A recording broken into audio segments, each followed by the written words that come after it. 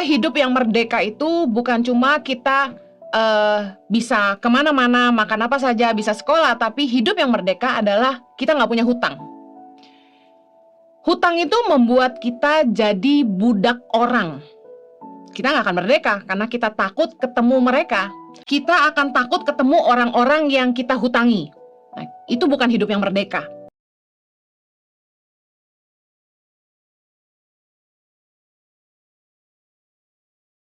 Kami bersyukur buat hadirat-Mu di tengah-tengah kami. Terima kasih buat Roh-Mu yang berdiam di dalam kami, Tuhan. Bapak, sebentar kami akan mendengarkan firman-Mu. Biar Tuhan boleh berbicara buat kami. Berikan hikmat dan wahyu supaya kami boleh menangkap maksud firman-Mu dengan bahasa yang mudah dimengerti, supaya kami pun bisa menghidupi. Tolong hamba-Mu Tuhan, karena sungguh tanpa Engkau hamba tidak mampu. Biar Roh Kudus boleh memimpin setiap perkataanku, jadi berkat bagi setiap orang yang mendengarkannya. Demi nama Yesus kami berdoa. Amen. Halo, apa kabar anak-anak muda? Impact Youth, senang banget saya bisa melayani kalian. Hari ini ada yang ikut dalam Zoom untuk tapping Impact Youth ini. Saya ingin menyapa yang di rumah. Berdoa kalian semua sehat-sehat. Yang jomblo-jomblo sudah banyak yang dapat jodoh, yang butuh kerjaan sudah dapat kerjaan. Semua bilang amin dong. Selalu sehat, bahagia, sejahtera. Oke, hari ini saya akan bicara tentang hutang. Bulan ini saya mengajarkan tentang money and family dalam berbagai sudut pandang. Ya, hari ini khusus buat anak-anak muda dan tentunya bagi orang-orang yang mau belajar bisa dapat berkat juga dari sini. Hari ini kita akan bahas tentang hutang. Firman Tuhan berkata, jangan berhutang kepada siapapun. Roma 13 ayat yang ke-8 bilang begini. Janganlah kamu berhutang apa-apa kepada siapapun juga. Tetapi hendaklah kamu saling mengasihi, sebab barang siapa mengasihi sesamanya manusia, ia sudah memenuhi hukum Taurat. Kita nggak boleh hutang sama siapapun, kata firman Tuhan. Saya percaya hidup yang merdeka itu bukan cuma kita bisa kemana-mana, makan apa saja, bisa sekolah, tapi hidup yang merdeka adalah kita nggak punya hutang. Hutang itu membuat kita jadi budak orang. Kita nggak akan merdeka karena kita takut ketemu mereka. Kita akan takut ketemu orang-orang yang kita hutangi. Nah, itu bukan hidup yang merdeka. Amsal 22 ayat 7b berkata, yang berhutang menjadi budak dari yang menghutangi.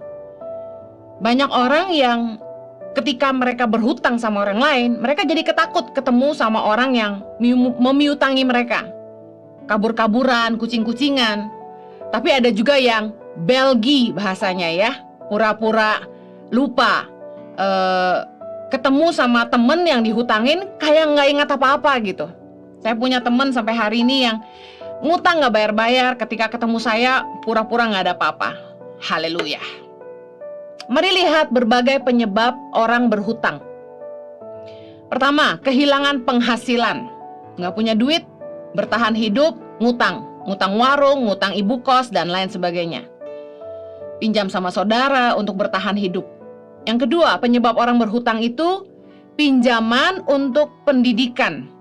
Di Australia itu ada namanya HECS. Kita bisa pinjam sebagai residen, kita bisa pinjam dana dari pemerintah untuk kuliah. Nah, saya nggak tahu di Indonesia apakah ada pinjaman untuk pendidikan. Yang saya tahu ada tabungan untuk pendidikan. Kemudian pinjaman untuk modal usaha. Nah, orang jadi berhutang karena butuh modal usaha.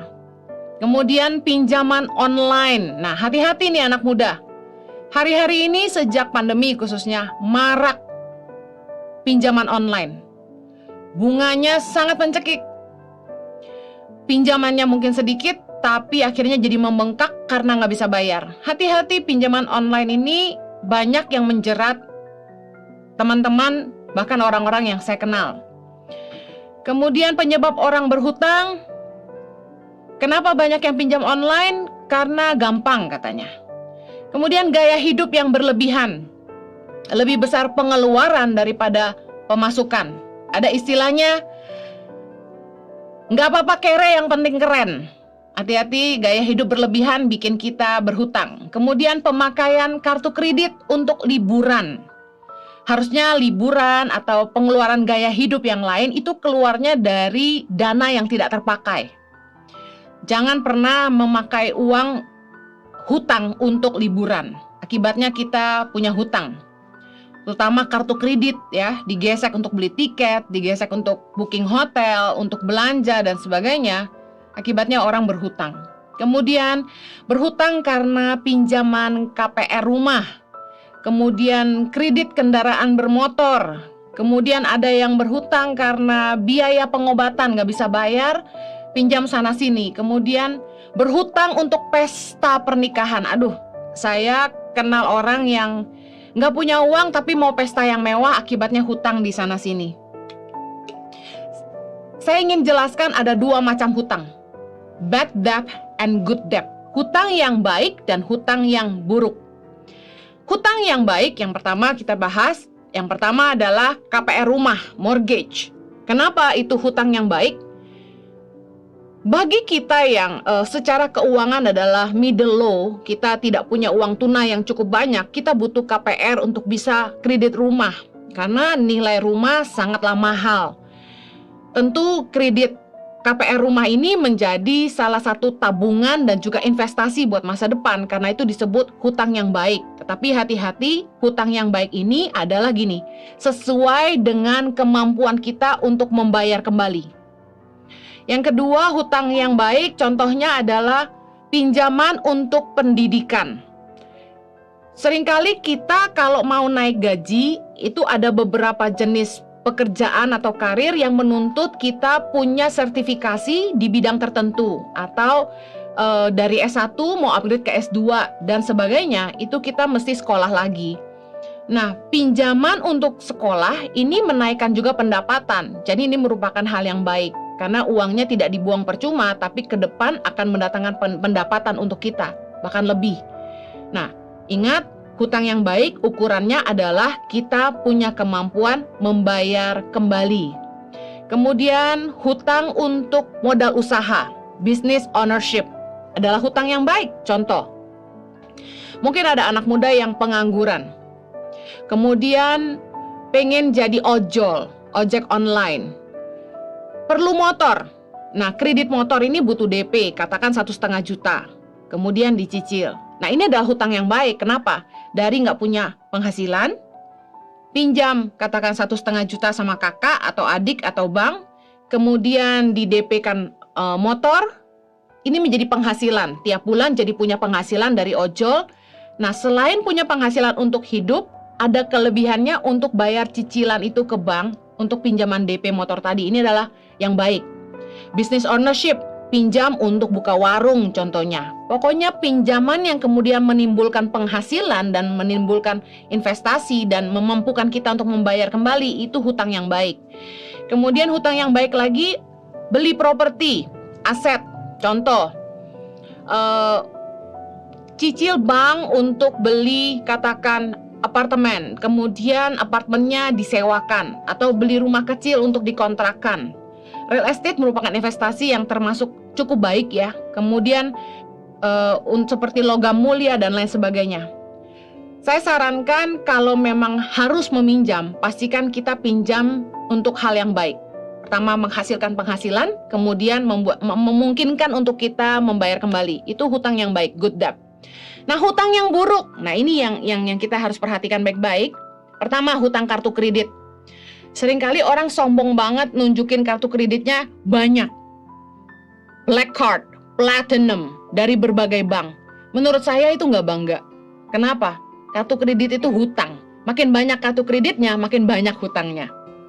Tagihan kartu kredit itu mencekik.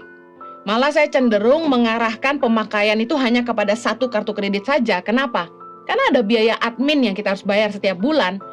Baik dalam tagihan maupun pelunasan itu ada biaya administrasinya. Kalau kita pakai 10 kartu kredit, berarti adminnya dikalikan 10. Lebih baik fokuskan pengeluaran kita kalau memang butuh kartu kredit hanya dengan satu kartu kredit saja. Dan pastikan kita selalu bayar tepat waktu. Karena tunggakan kartu kredit ini berbunga dan denda. Nah, ini yang mahal sekali. Hutang yang buruk itu pemakaian kartu kredit, mengambil dana tunai dari kartu kredit, itu salah banget. Yang ketiga, pinjaman yang buruk, bad debt, adalah cicilan kendaraan bermotor. Karena katakan begini, katakan kita beli mobil bekas seharga 100 juta. Sebenarnya karena kita pinjam uang dari bank untuk KKB, kredit kendaraan bermotor, ujung-ujungnya mobil itu kita bayar 300 juta, 3 kali lipatnya, karena ada bunganya. Pastikan kita bijaksana. Kalau memang tidak ada uang lebih dan tidak terlalu butuh, jangan kredit kendaraan bermotor. Investasi kepada kendaraan bermotor adalah investasi yang buruk kalau kendaraan itu kita tidak terlalu butuhkan. Selain Anda tinggal di tempat yang jauh dari kendaraan umum dan Anda butuh motor misalnya. Nah, kalau mobil itu sudah merupakan kemewahan. Nggak setiap kita butuh mobil. Apalagi pandemi, kita juga nggak kemana-mana.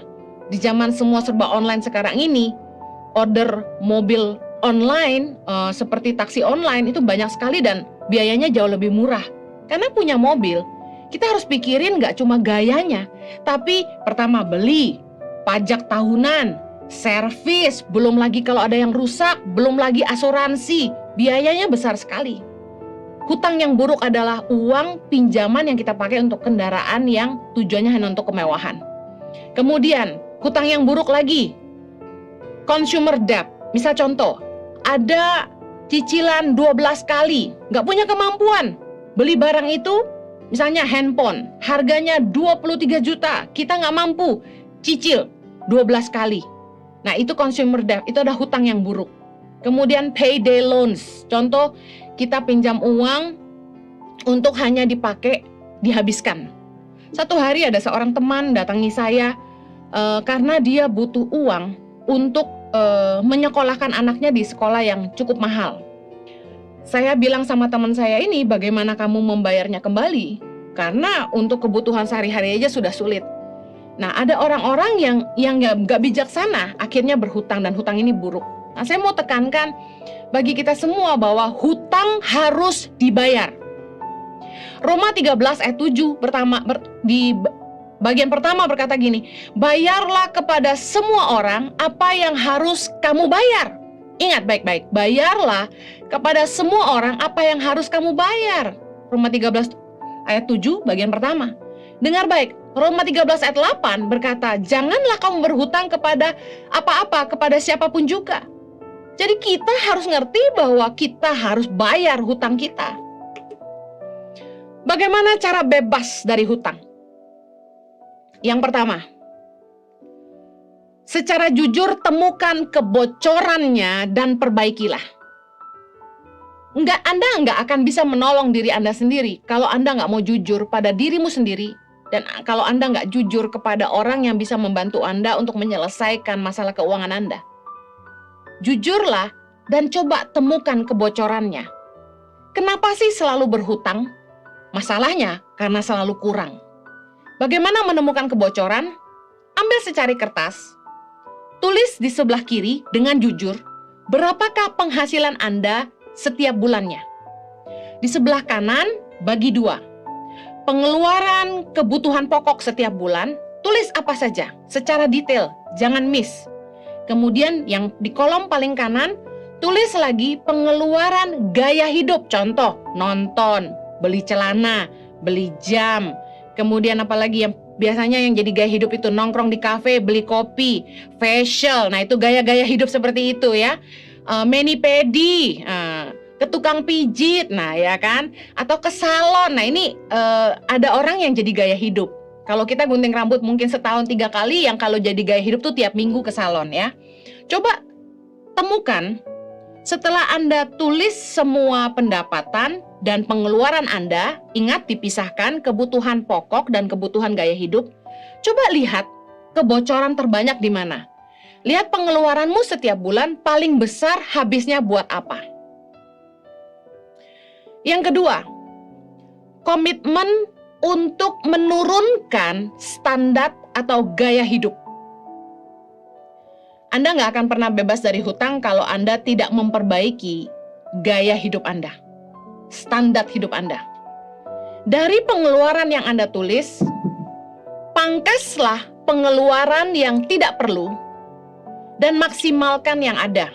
Contoh, waktu saya pernah menolong seorang teman yang selalu minus setiap bulan.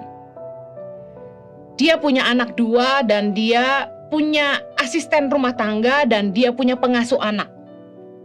Nah, saya bilang gini, yuk kita duduk lihat pengeluaranmu yang mana yang bisa dihilangkan. Pengeluaran yang tidak perlu yang bisa dihilangkan supaya memaksimalkan yang ada. Saya tanya sama dia gini, kamu perlu pengasuh anak? Dia bilang perlu karena saya harus bekerja. Oke. Income dia bekerja itu jauh lebih besar dibandingkan dia diam di rumah ngurus anak aja. Saya setuju dia punya pengasuh anak. Kemudian saya tanya, apa butuh asisten rumah tangga? Nggak bisa ya pengasuhnya suruh jadi sekalian jadi asisten rumah tangga? Tidak usah ribet.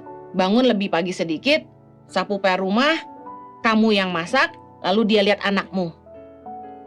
Jadi daripada punya 2 tenaga asisten pembantu rumah tangga dan pengasuh di rumah, dia cukup punya 1. Dia bilang bisa. Jadi pertama kita harus temukan pengeluaran yang mana yang tidak perlu yang bisa dipangkas, lalu maksimalkan yang ada. Ingat bagaimana bebas dari hutang? Poin yang pertama tadi temukan kebocoran, kemudian komitmen menurunkan standar atau gaya hidup. Yang ketiga, bagaimana bebas dari hutang? Jualah aset yang bisa dipakai untuk melunasi hutang, yang sekaligus mengurangi pengeluaran. Contoh, terlanjur ambil KKB, kredit kendaraan bermotor. Beli mobil contohnya. Jual mobilnya sehingga dana dari mobil ini kan cukup besar, bisa membantu menutupi banyak hutang. Kemudian, mengurangi pengeluaran bulanan yaitu cicilan KKB tersebut berhenti. Itu sangat menolong. Contoh kedua, Anda punya HP 2. Saya heran lihat orang. Kenapa punya HP itu sampai 2 sampai 3? Sibuk sekali. Saya punya HP cuma 1. Setengah mati kita ngangkatin telepon satu-satu, balesin satu-satu. Saya handphone 1 aja tuh nggak ada waktu buat balesin satu-satu. Kemarin seharian saya nggak lihat HP sama sekali sampai tengah malam. Bagaimana punya HP 2 dan 3? Nggak tahu ya, kecuali Anda punya bisnis yang mengharuskan Anda punya 2-3 nomor. Tapi saya sarankan gini, kalau memang nggak perlu-perlu banget, jual aja HP-nya. Sehingga dananya bisa tutupi hutang Anda dan mengurangi pengeluaran bulanan Anda untuk isi pulsa. Kemudian, apalagi yang bisa dijual? Aset yang menjadi investasi. Contoh, Anda sudah punya rumah tinggal yang Anda juga KPR, tapi Anda juga punya apartemen, punya ruko atau apa yang lain. Nah, di masa pandemi mungkin gak ada yang sewa, apartemen ini jadi beban. Nah, lebih baik dijual. Bayar hutangmu, kemudian pengeluaranmu tiap bulan pun terhenti dari mencicil apartemen ini. Nah, banyak orang yang udah susah nggak mau lepasin aset. Heran saya. Yang keempat, bagaimana bebas dari hutang? Cari penghasilan tambahan. Ketika kita hanya bergantung kepada satu income gaji bulanan, lalu kita harus nutupin hutang, otomatis buat hidup nggak cukup. Nah, gimana caranya? Gaji tiap bulan kita pakai komitmen untuk menutupi cicilan hutang. Kemudian kita cari penghasilan tambahan untuk hidup. Nah, tentu harus lebih ngirit. Banyak yang sudah nikah, istri-istrinya nggak kerja, udah tahu suaminya susah. Padahal kan bisa kalau mau usaha. Selama kita nggak gengsi, yang penting halal, dan kita mau berusaha, pasti ada jalannya. Jualan online kek, berpikir keraslah apa yang kita bisa bantu dan kontribusi. Jangan mati karena gengsi. Kalau saya sih, jadi anak-anak muda, jangan gengsi deh. Kalau memang kita terjepit dan kita butuh uang, terima aja cucian. Bersihin rumah orang, bersihin mobilnya apalah, hanya untuk sekedar cari tambahan. Saya waktu kuliah, orang tua saya berhenti support saya. Saya pagi-pagi subuh tiap hari Minggu tuh jam 4 pagi bangun bikin martabak terang bulan. Saya potong-potong, saya bungkus pakai plastik wrap. Pakai keranjang bawa ke gereja. Habis mimpin pujian gaya-gaya, keren-keren. Lari ke belakang, buka lapak, jualan kue. Nggak malu saya. Hari biasa pulang kuliah saya kerja di 2 tempat. Satu di supermarket besar namanya Kmart, satu lagi Nandos jadi kasir. Saya pernah disuruh jadi delivery girl, saya lakukan. Asalkan kita nggak gengsi, kita pasti bisa bertahan hidup. Jangan sampai kita mati karena gengsi. Kalau memang terjepit, cari penghasilan tambahan. Tapi tetap harus jaga kesehatan. Yang kelima, bagaimana cara bebas dari hutang? Punya upaya untuk berhemat. Nah ini yang ngeselin nih. Udah ngutang, gaya lagi. Makan enak terus lagi. Hutang nggak bayar, eksis terus lagi. Nah kalau kita mau bebas dari hutang, punya upaya untuk berhemat. Turunin standar hidup. Contoh, berhenti belanja di luar kebutuhan pokok sehari-hari. Udah deh, punya utang jangan ke mall. Punya hutang jangan belanja online. Cari cara bagaimana bisa lebih hemat. Apakah sementara tinggal di rumah orang tua atau numpang di rumah keluarga. Aduh Bu, kalau numpang sama keluarga ribet, tantenya cerewet. Kita harus bangun pagi, mesti bersihin kamar, mesti bersihin dapur, mesti bantu masak. Ya iyalah, mau ditolong harus tahu diri. Kemudian upaya berhemat lainnya, puasa. Nah, upaya berhemat yang paling rohani adalah puasa. Puasa setengah hari aja, skip makan pagi, skip makan siang. Anda sehat, dikurus, diet langsing, dan Anda hemat. Kemudian, bawa bekal dari rumah. Aduh, saya sama Jojo tuh waktu masih merintis hidup, sampai sekarang juga merintis hidup sih ya. Kami itu dari sejak nikah, dari pacaran tepatnya. Saya itu selalu bawa bekal dari rumah. Bangun pagi-pagi, panasin sisa sayur semalam, siapin nasi, bungkus, bawa ke tempat kuliah. Indomie goreng kadang kalau lauk sudah habis. Kemudian zaman pengiritan dulu di Australia, saya tiap hari makan roti tawar pakai selai.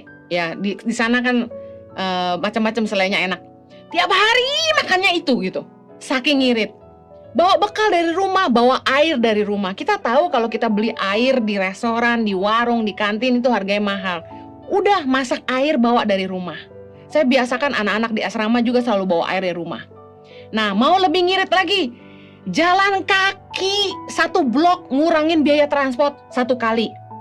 Nah, yang paling penting, berhenti belanja ke mall, nonton, ke salon, dan lain-lain. Nah, saya mau tutup dengan ini. Hutang gak akan selesai kalau kita gak berhenti berhutang. Kita harus berubah, gaya hidup kita, kebiasaan buruk kita harus berubah. Nah, ukuran yang kita pakai sebagai living standard, ini susah jelasinnya tapi harus pakai kata ini. Ukuran yang kita pakai sebagai living standard mempengaruhi spending habit kita.